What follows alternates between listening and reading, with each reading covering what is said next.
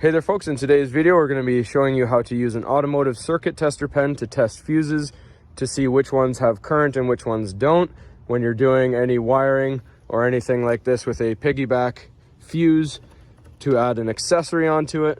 So this is for 6 and 12 volt systems. So first thing we're going to do, you notice it has an alligator clip on the end. You want to find an unpainted bolt.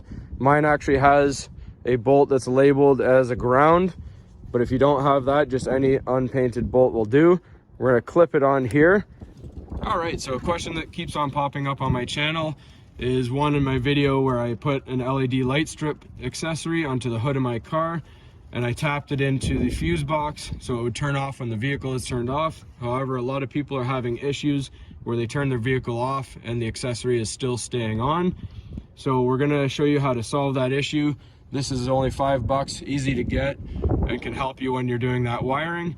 So as an example, we're going to show you this 15 amp fuse. The power of the vehicle is currently off. However, if I test the two metal ends on this fuse, it is currently on because this is the battery TCM, which needs to stay on. There's a lot of fuses in your vehicle that need to remain on when the vehicle is off. Now, if I take these two 10 amp fuses, for example, these are currently powered off. That's because these are the high beam fuses. I'm just going to quickly show you. I'm going to turn my high beams on and we'll test them again.